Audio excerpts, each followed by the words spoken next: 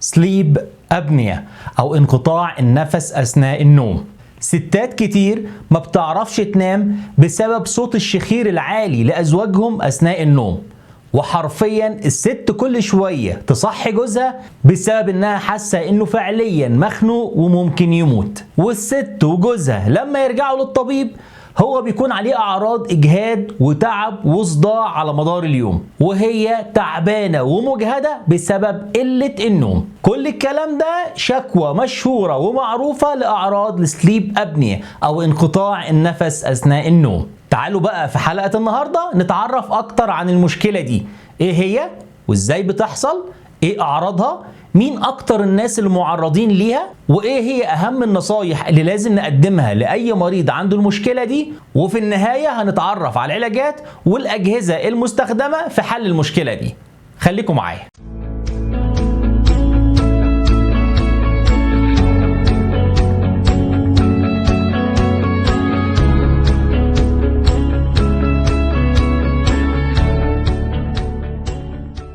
السلام عليكم، انا حسين لطفي وحضرتك بتتابع قناه اوكتاس فارماسيست، حلقه كل يوم 4 فروم A to Z. اهلا بيك. في البدايه وكالعاده دي تهنئه بسيطه لكل اصحابنا اللي بيتابعونا وبيجاوبوا على الاسئله بتاعتنا، وفي نهايه كل حلقه زي ما اتفقنا هيكون في سؤال اجابته هتلاقيها مستخبيه في الحلقه او هتلاقيها موجوده في لينك اسفل الحلقه. بالتوفيق للجميع.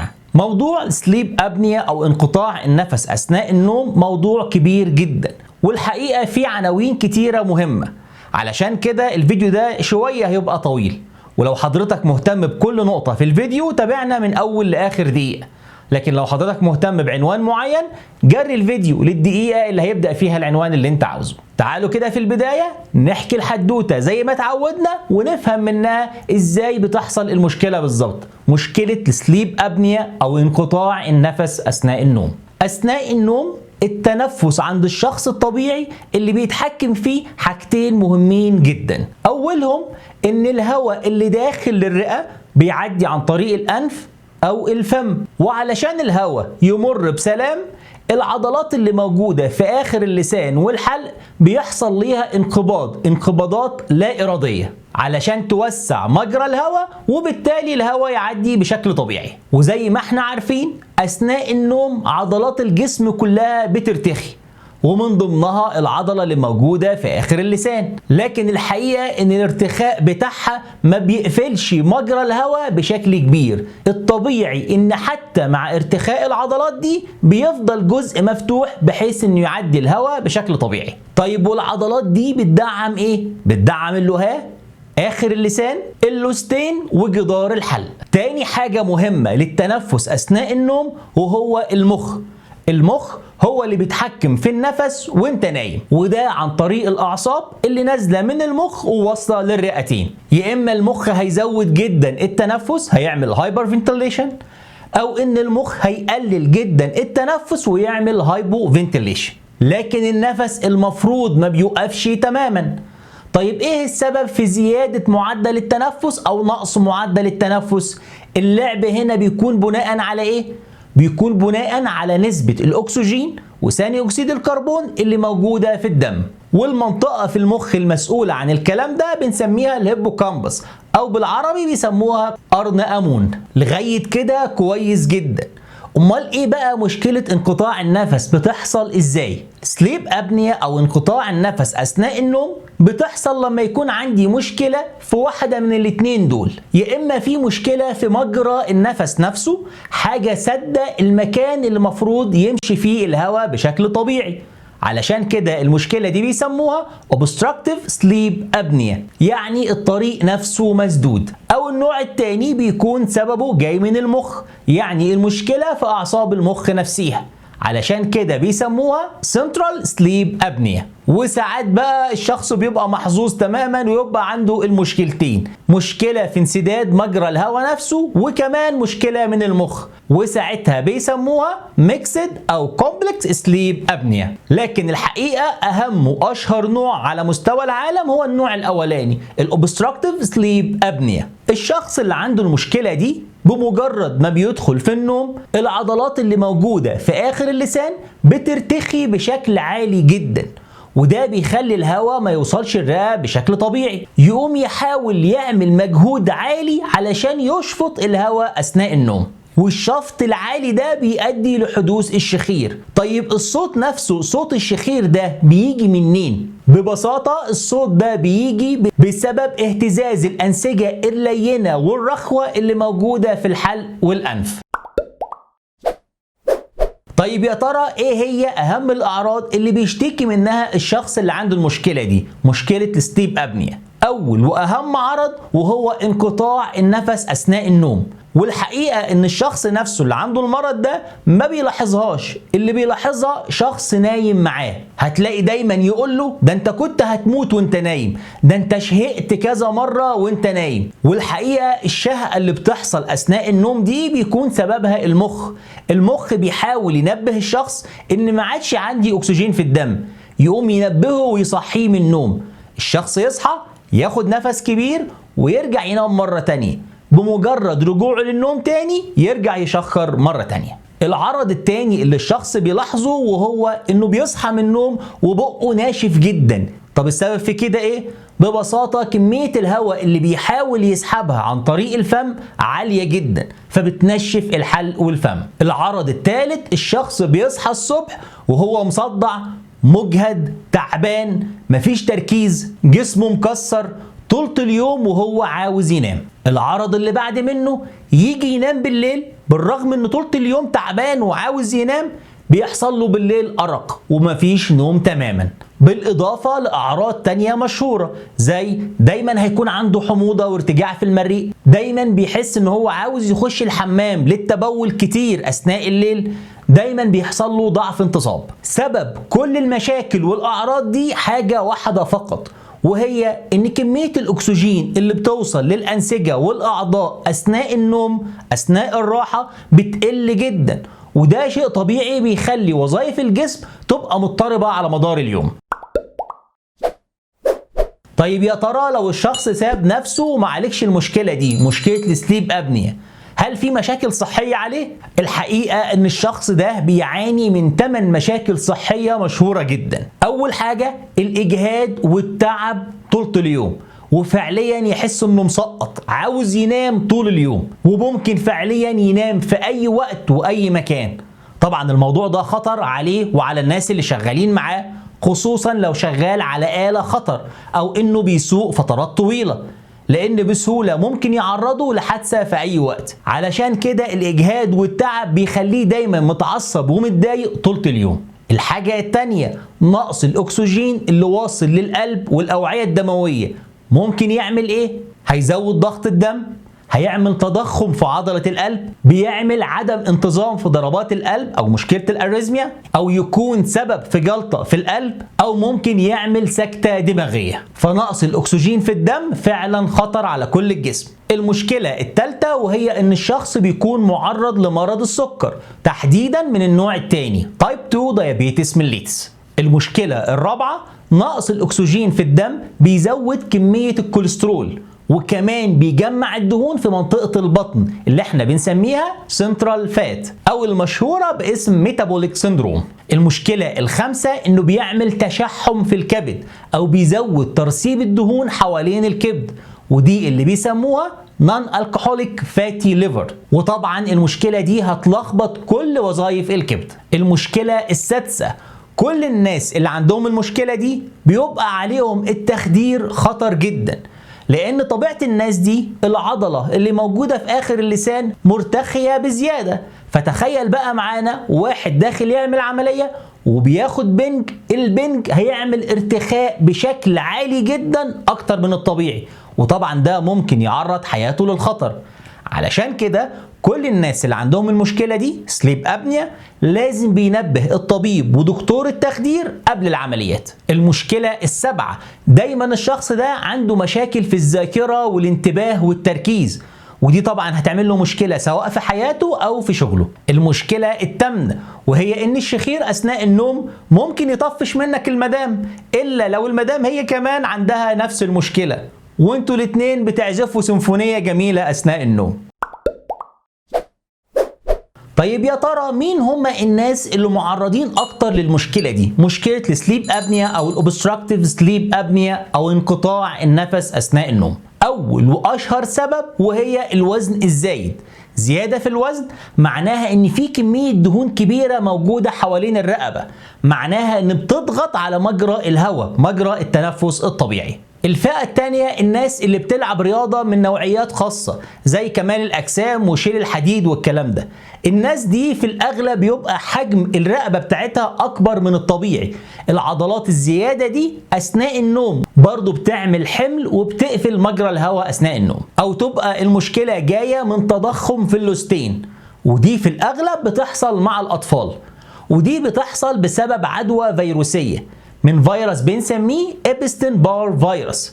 والفيروس ده مشهور باسم فيروس البوس، لأن أشهر طريقة في انتقال الفيروس ده بتبقى عن طريق التقبيل، تقبيل الأطفال. أو الحاجة الرابعة إن الشخص بمجرد إنه راجل فمعنى كده إنه معرض أكتر للمشكلة دي. علشان كده عمالين نقول الراجل وهو نايم بيحصل له كذا والست بتصحيه، وده لأن الرجالة معرضين أكتر للإصابة بالمشكلة دي. معنى كده إن الستات ما عندهمش المشكلة دي؟ الحقيقة إن الستات أقل بكتير في المشكلة دي، إلا في حالتين فقط، حالة الوزن الزايد أو حالة بداية انقطاع الطمس. الحاجة الخامسة الناس اللي بتدخن أو بتشرب كحوليات أو بتاخد أدوية مهدئة. طيب وده ليه؟ لأن ببساطة الحاجات دي بتعمل حاجتين مهمين. أولهم بتزود جدا ارتخاء العضلة اللي موجودة في آخر اللسان، تقوم تضيق مجرى الهواء. بالإضافة إنها بتزود كمية إفرازات زيادة أثناء النوم. شيء طبيعي، إفرازات زيادة معناها إن بتضيق كمان بزيادة مجرى الهواء. المشكلة السادسة وهي الناس اللي عندهم مشاكل في الأنف والجيوب الأنفية وانحراف في الحاجز الأنفي وغيره، وكنا اتكلمنا في حلقتين قبل كده عن المشاكل الأنفية، وهسيب لحضراتكم اللينك بتاعها في الوصف أسفل الفيديو. السبب الرابع وهو العمر. شيء طبيعي مع التقدم في العمر فوق سن ال 45 عادة بيحصل ارتخاء في العضلات دي بشكل طبيعي، تقوم تحصل مشكلة الشخير أثناء النوم أو انقطاع النفس أثناء النوم. آخر ناس معرضين للمشكلة دي وهي الأشخاص اللي عندهم متلازمة داون سندروم، وده ببساطة لأن بيكون عندهم مشاكل في تركيبة عظام الوجه والفكين، ودي اللي بنسميها كرينيو فيشيال سندروم. ومع التغيير ده بيخلي عضلات الرقبة تضغط بشكل كبير على مجرى الهواء. العنوان قبل الأخير وهو إزاي بنشخص المشكلة دي، مشكلة السليب أبنيا. بيشخر في البيت؟ طبعا. ده هيكون بيشخر وهو نايم؟ اكيد. ده تسيب، ده استهتار. تيجي جرى لها ايه يا ناس؟ يعني ايه راجل محترم يشخر في بيته وهو نايم؟ لازم تاخد بالك ان مش اي شخص بيشخر وهو نايم هيبقى عنده المشكلة دي. الموضوع كبير جدا، والتشخيص بتاع المرض ده ما هواش سهل تماما. علشان نشخص المرض ده بشكل صحيح لازم المريض بينام يوم في المستشفى، وبنوصل المريض ده بجهاز وبيتعمل عليه دراسة كده بسيطة عن طريق نوكتورنال بوليسومنوجرافي. ايه بقى القصة دي؟ ده جهاز بيتوصل تقريبا بكل اجزاء الجسم، وبيسيبوا الشخص ينام في اوضة معمولة تحديدا للمشكلة دي. طيب والجهاز ده بيقيس ايه بالظبط؟ اول حاجة بيقيس نشاط المخ اثناء النوم، علشان نعرف الشخص وصل لاي مرحلة بالظبط من النوم، لان النوم ما هواش مرحلة واحدة.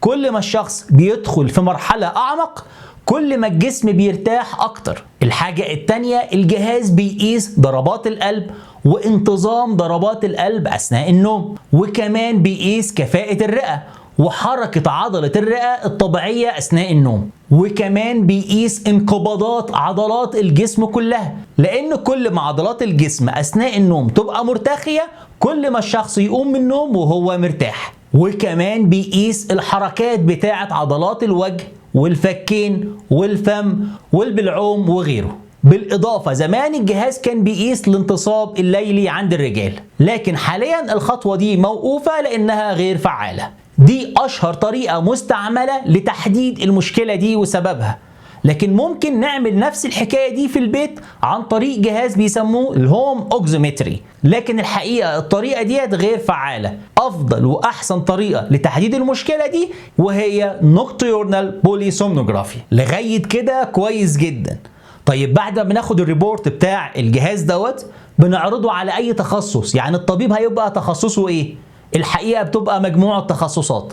يعني دكتور مخ وأعصاب لازم يشوف النتائج، دكتور قلب وأوعية دموية، وكمان دكتور أنف وأذن، وكمان دكتور صدر. وكل واحد من دول هيحدد الطبيعي عند الشخص ده ايه الصح عنده وايه الغلط. فالتشخيص هنا ما هواش سهل أبدا. التشخيص هنا فعلا بيبقى صعب، والنتائج اللي بتطلع دي بيدوها درجة معيار بنسميه AHI، والمعدل ده بيقيس ضعف النفس وانقطاع النفس أثناء النوم، وبناء عليها بيدوا الشخص درجة، وكل درجة من دي بيبقى ليها طرق علاج مختلفة. آخر عنوان معانا النهاردة وهو العلاج. إزاي بقى هنعالج مشكلة الأوبستراكتيف سليب أبنيا؟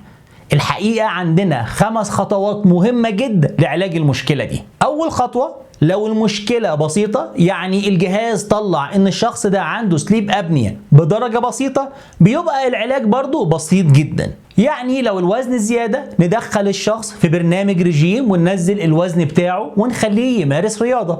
وكنا طبعا اتكلمنا في سلسلة منفصلة عن تنزيل الوزن والتخسيس، وهسيب اللينك بتاعها في الوصف أسفل الفيديو. أول مشكلة إن الشخص بيدخن بشكل شره، وعرفنا قبل كده إزاي نوقف التدخين، وهسيب برضو اللينك بتاع الحلقة دي في الوصف أسفل الفيديو. أو الشخص مدمن لأدوية مهدئة، ساعتها هنوقف الأدوية دي ونحاول نعالج أي مشاكل تانية بعيدا عن الأدوية المهدئة. أو الشخص عنده مشاكل في الجيوب الأنفية، يبقى نعالج مشكلة الجيوب الأنفية. أو إن المشكلة موجودة بسبب تضخم في اللوزتين، ساعتها ممكن نعمل جراحة ونشيل اللوز.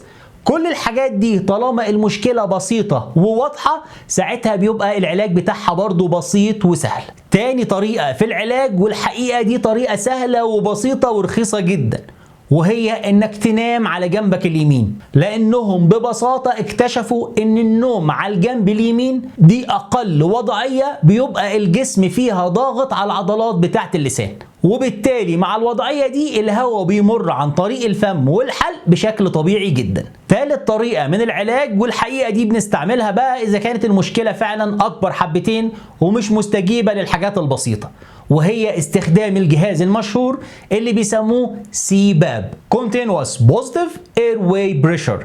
طب وايه بقى قصة الجهاز ده؟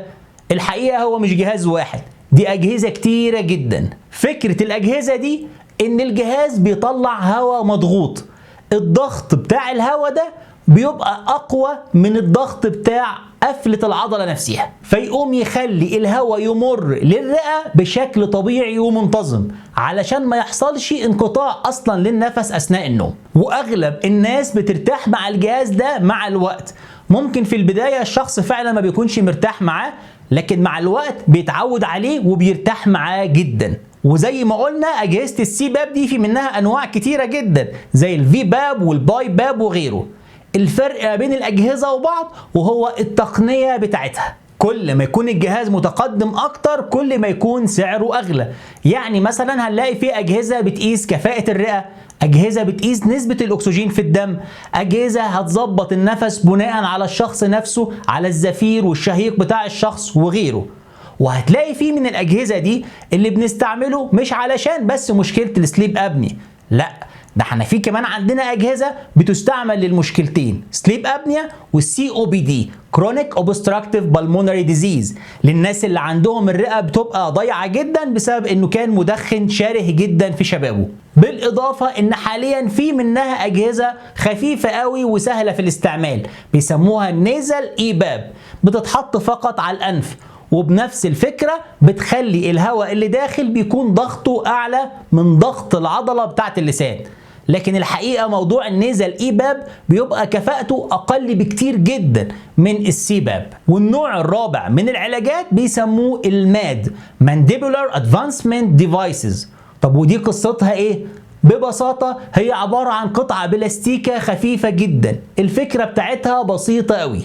الجهاز ده بيتركب على الأسنان أثناء النوم، واللي بيركبه دكتور أسنان. الدكتور في البداية بيختار مقاس مظبوط بناء على شكل أسنان المريض. وفكرة الجهاز ده إن إحنا لما بنركبه أثناء النوم بيخلي دايما الفك طالع لقدام علشان أثناء النوم ما يردش ويمنع دخول الهواء بشكل طبيعي. فكرة بسيطة وفعالة جدا، وكمان سعرها رخيص جدا. أما الخطوة الخامسة وهي خطوة الجراحة، لما المريض يعمل كل الكلام دوت وبدون نتيجة. وهنا ممكن الدكتور يشيل أجزاء فقط من الأنسجة المتضخمة دي، الأنسجة بتاعت اللهاء والحلق واللوز، ودي اللي بيسموها يوفلو باليتو فارنجيوبلاستي، أو بدل ما يشيلوا الأنسجة دي يلسعوها يكووها. والحكاية دي بتتم عن طريق عملية راديو فريكوانسي أبليشن، أو بدل ما يشيلوا الأنسجة لا، عن طريق الجراحة يحركوا الفك ده للأمام،